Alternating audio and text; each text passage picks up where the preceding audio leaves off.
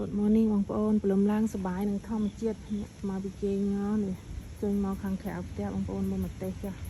ម្ទេសជុំវិញខ្លួនទុំចាប់ផ្ដើមទុំទៀតហើយផ្លែក៏ចាប់ផ្ដើមផ្លែបន្តមកនេះ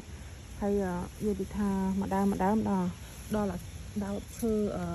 ចងបានឈរបានដោយសារគាត់ផ្លែច្រើនពេកមកនេះទុំហើយឥឡូវអត់មានពេលបេះទៀតហើយព្រលឹមឡើងបេះបានមកកធុនបងប្អូននេះការណាត់ចង់រួចទេអានោមម្សិលមិញបេះបានមកកធុនពេញឥឡូវ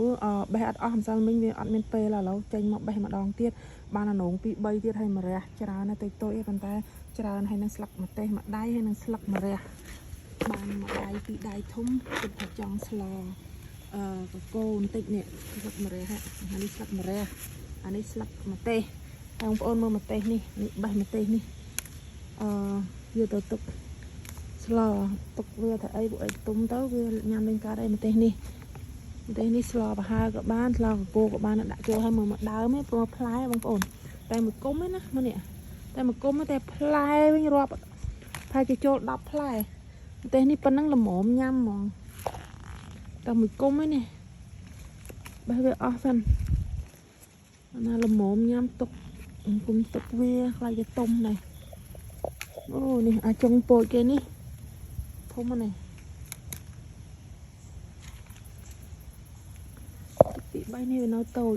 ណាខ្ញុំមកទៅខាងនោះមើលទ្រាត់ស្រួយពី3ទៀតដើម្បីស្លកកូនបន្តិចផ្ទីឆ្នាំនេះញ៉ាំអត់កើតទេដោយសារតែតកៅស៊ីអស់អ៊ុយធ្ងន់ដាក់លើនេះសិនធ្ងន់ពេកគាត់អត់រួចនេះអូយមកកញ្ឆែងធំមកកធុនធំនេះស្លមិនអស់នេះនឹងហើយបន្លែធម្មជាតិសុទ្ធសាធបងប្អូនមកមើលត្រប់ខ្ញុំសិនដាំបាន2គុំតែចាប់ដើមផ្លែហើយឥឡូវបាន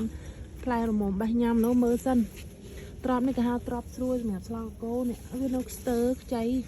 មើលណារមុំបេះស្លខ្លះនេះអានេះចាស់ហើយចាស់អាចបេះស្លខ្លះបានណានេះផ្លែខ្លាំងណាស់តែវាទើបផ្លែ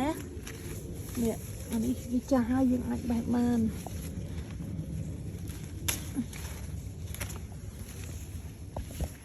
អូយផ្លែច្រើនមកគេទៅនេះវាចង់ចាស់អស់ហើយនេះយើងអាចបេះបានហើយនេះបេះស្លបានហើយបងប្អូនណានេះត្រប់បេះមួយដៃមកស្លបានហើយផ្លែកាហាវនេះតែប៉ុណ្ណេះបានហើយនេះបងប្អូនហើយអានងវិញឡើងតាមលបងនេះមកទេសចោះផ្លែនោះផ្លែហ្នឹងហើយព្រលឹមឡើងមានអីមានប៉ុណ្ណឹងដាក់បេះណា